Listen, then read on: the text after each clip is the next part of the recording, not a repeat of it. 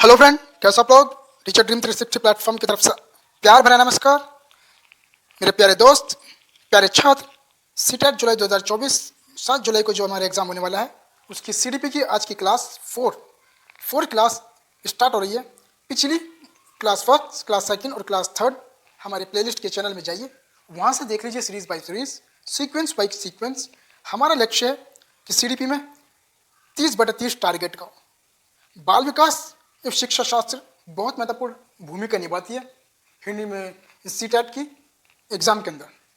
तो चलिए चलते हैं, देखिए कैसे क्वेश्चन आते हैं। कॉन्सेप्ट बेस्ड क्वेश्चन आते हैं। अब जमाना बदल गया, कॉन्सेप्ट बेस्ड क्वेश्चन आएंगे, रटा रटाए क्वेश्चन बिल्कुल भी नहीं आएंगे। चलिए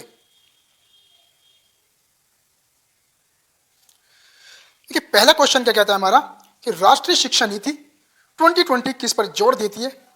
तो राष्ट्रीय शिक्षा नीति किस पर जोर देती है? पाठ्यचर्या का लचीलापन, पाठ्यचर्या का मानकीकरण, पाठ्य पुस्तकों का गैर संदर्भीकरण या पाठ्य पुस्तकों को रटकर याद कराना। तो राष्ट्रीय शिक्षा नीति 2020 जोर देती है प्रैक्टिकल पर। किस पर जोर देती है? प्रैक्टिकल पर। रटे रटाने पर बिल्कुल भी जोर नहीं देती। तो हमारा ऑप्शन नंबर 4 तो कट गया। राष्ट्रीय शिक्षा नीति जो कहती है वो कहती है कि अपने स्किल को डेवलप करो। क्या? स्किल को डेवलप करो, अपनी गुणवत्ता को सुधारो। तो इसका जो सिलेबस होना चाहिए, इसका जो पाठ्यचर्या है वो लचीला हो, ना कि कठिन हो।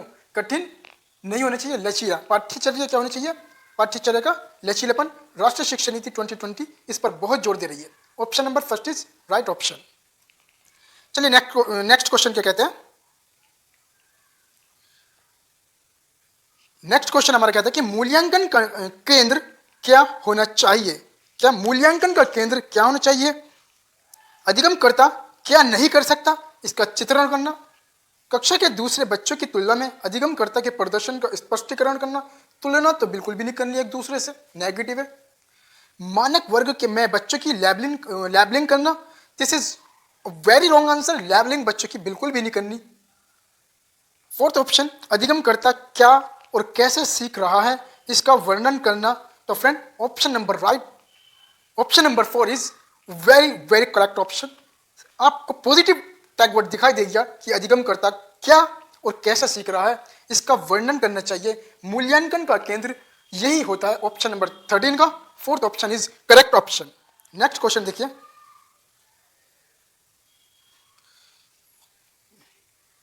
नेक्स्ट क्वेश्चन हमारा कहता है कि निम्नलिखित में से कौन सा विकल्प एक सामाजिक रचनावादी कक्ष जिसमें बच्चों की व्यक्तिगत जरूरतों का ध्यान रखा जाता है कि व्याख्या करता है। वो कौन करता है? बैठने की तय व्यवस्था, शिक्षकों का केवल निर्देश देना और बच्चों से पूर्ण आज्ञा पालन की अपेक्षा करना। ऐसा नहीं है कि टीचर बच्चों को निर्देश दे और बच्चा उनका पालन करे बस चुपचाप। ऐसा नहीं है। बैठने की तय व्यवस्था करना ये भी नहीं है। बच्चों द्वारा तथ्यों का स्मरण करना, यानी बच्चों द्वारा जो तथ्य होते हैं उनका स्मरण करना ये भी नहीं है। बच्चों को आपस में चर्चा करते हुए समूह में कार्य करना। ऑप्शन नंबर 4 करेक्ट ऑप्शन, क्योंकि यह व्यक्तिगत जरूरतों का ध्यान रखा जाता है तब इसकी व्याख्या होती है जब बच्चों को आपस में समूह में बिठाते हैं, उनसे कहते हैं कि एक दूसरे से चर्चा करो, समूह में चर्चा करो, उनकी सोच बढ़ती है जब चर्चा करते हैं आपस में। तो ऑप्शन नंबर 4 इज करेक्ट। ठीक है, नेक्स्ट क्वेश्चन क्या कहता है। नेक्स्ट क्वेश्चन हमारा कहता है कि निम्नलिखित में से कौन सा प्रश्न कक्षा में समालोचनात्मक सोच को बढ़ावा देने का सही उदाहरण है। अब क्रिटिकल थिंकिंग, क्या समालोचनात्मक को इंग्लिश में बोलते हैं क्रिटिकल थिंकिंग। क्रिटिकल थिंकिंग को कैसे बढ़ावा दे, अपनी सोच को कैसे बढ़ाएं, इसका सही उदाहरण होना चाहिए कि 325 और 486 को जमा करो। ये रटा रटाया है, बचपन से जमा करते आ रहे हैं, इसमें कोई सोचने वाली बात नहीं है। बच्चों की इसमें सोचने वाली बात है ही नहीं कि 325 प्लस गुणा जमा कर दो 486 को, सीधा आंसर। इसमें कोई सोचने वाली बात है?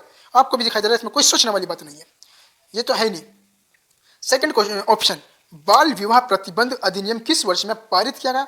ये भी एक अधिनियम गवर्नमेंट ने, सरकार ने एक अधिनियम लिया है इस डेट को।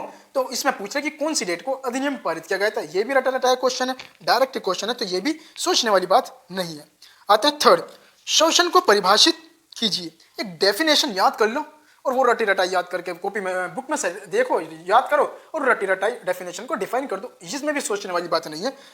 ऑप्शन नंबर 4, अपने शहर में प्रदूषण के विभिन्न कारणों का विश्लेषण कीजिए और प्रदूषण करने के विभिन्न उपाय सोचिए। देखिए option number 4 is very very very correct option, क्योंकि आपके शहर में प्रदूषण हो रहा है, कहाँ कहाँ प्रदूषण हो रहा है, कौन कौन सा प्रदूषण हो रहा है और किन कारणों से प्रदूषण हो रहा है, इसको कैसे रोका जा सकता है, इसकी क्या उपाय है, क्या विभिन्न उपाय से, मतलब दुनिया भर की इसमें चीजें सोचनी पड़ेंगी, कहाँ से आ रहा है, किस चीज से हो रहा है, कौन सा प्रदूषण है, कैसा प्रदूषण है, क्या रुकाया जाएगा, क्या इसके लिए रुकाने को ऑप्शन, मतलब सोचने की दुनिया भर की चीजें हैं। तो इसमें समालोचनात्मक चिंतन को बढ़ावा मिलेगी, क्रिटिकल थिंकिंग को बढ़ावा मिलेगा। ऑप्शन नंबर 4 ऐसे ही क्वेश्चन पूछे जाते हैं, ये होते हैं प्रैक्टिकल क्वेश्चन, समालोचनात्मक चिंतन वाले क्वेश्चन जो बच्चों को समझ नहीं आते। अगर रटाई जाएंगे तो रट कर अपने क्वेश्चन में भी रट कर ऑप्शन लगा कर आ जाएंगे, फिर हमारी कोई गारंटी नहीं है कि रटना नहीं, बिल्कुल भी, मैं बार बार बोलता हूँ रटना नहीं। Option number 4 is correct option.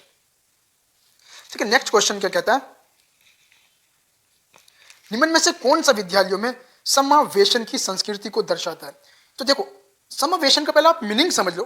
समावेशन का मीनिंग होता है एक साथ चलना, हर किसी को एक साथ चलना, दृष्टिबाधित हो, विकलांग हो, मन बुद्धि बालक हो या प्रतिभाशाली बालक हो, किसी वर्ग से आने वाला हो, किसी जाति से आने वाला हो, किसी शहर से आने वाला हो या कहीं से भी आने वाला हो, गांव से आने वाला हो, देहात से आने वाला हो, कहीं से भी आने वाला हो, सबको एक साथ बैठाकर, सबको एक साथ लेकर चलने वाली जो शिक्षा होती है वो होती है संस्कृति, या किसी भी संस्कृति को तो वो होती है समावेशन।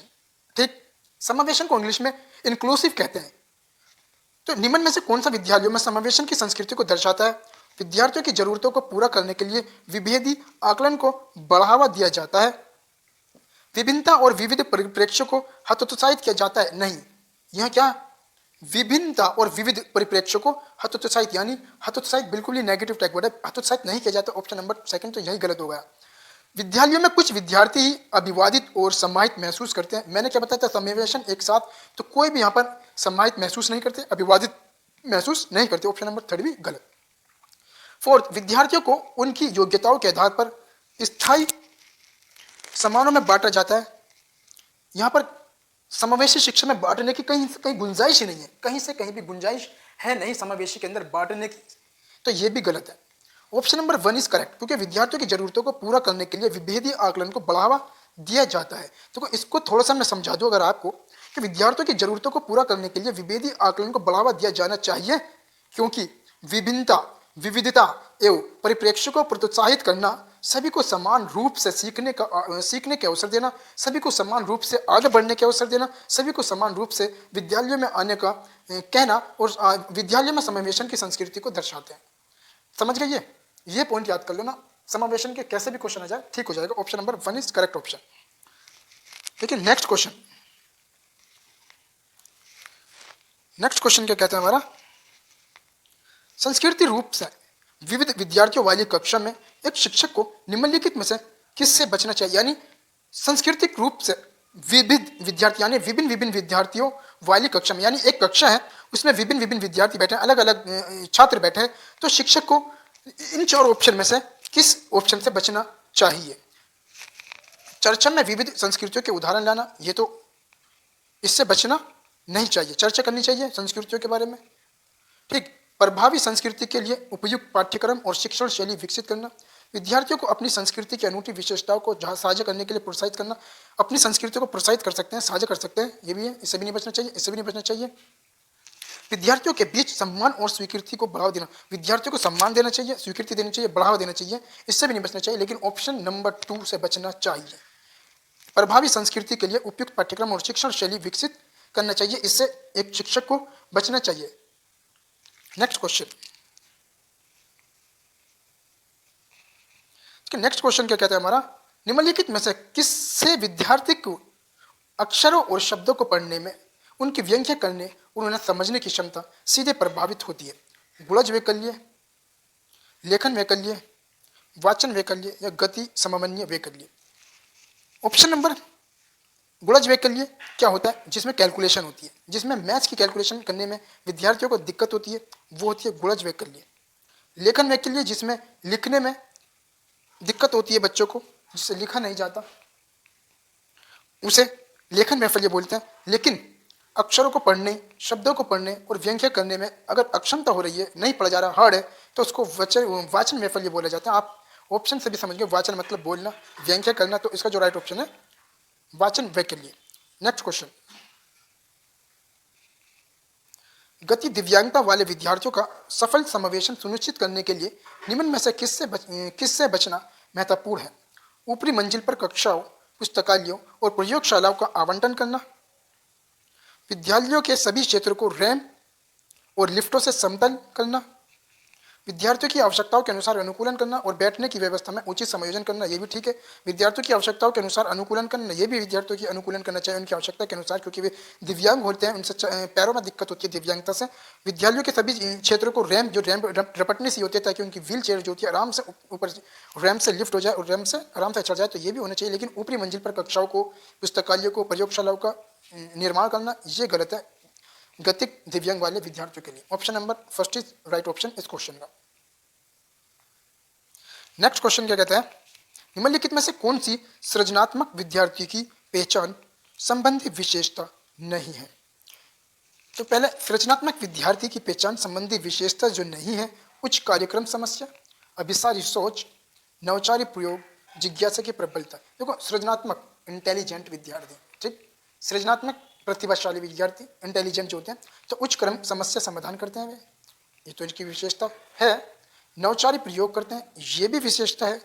जिज्ञासा की प्रबलता रखते हैं, ये भी विशेषता है। लेकिन अभिसारी सोच नहीं, अपसारी सोच रखते हैं सृजनात्मक, अभिसारी सोच नहीं रखते। Option number 2 is correct option. Next question, किसी विशेष विषय वस्तु को लंबे समय तक स्मरण रखने को सुसाध्य करने के लिए एक शिक्षक को निम्नलिखित में से किस रणनीति से बचना चाहिए? स्मृति सहायक विधियां लागू करना, संगठनात्मक चार्ट बनाना, असंबद्ध शब्द प्रस्तुत करना, मानसिक चित्र का उपयोग करना। तो विशेष विषय वस्तु को लंबे समय तक स्मरण रखने को सुसाध्य करने के लिए एक शिक्षक को असंबद्ध शब्द प्रस्तुत करना चाहिए, मतलब बचना चाहिए। किससे बचना चाहिए? असंबद्ध शब्द प्रस्तुत करने से बचना चाहिए एक शिक्षक को। आज की क्लास नंबर 4 यही पूरी होती है। कल फिर से नेक्स्ट क्लास आएगी, क्लास नंबर 5, उसके बाद 6, ऐसे और अदर सब्जेक्ट की क्लास सीरीज बाय सीरीज में लेकर आता रहूँगा। मेरे चैनल को सब्सक्राइब करना, बेल आइकन को प्रेस करना और वीडियो को लाइक करना। थैंक यू, धन्यवाद। जय हिंद, जय भारत।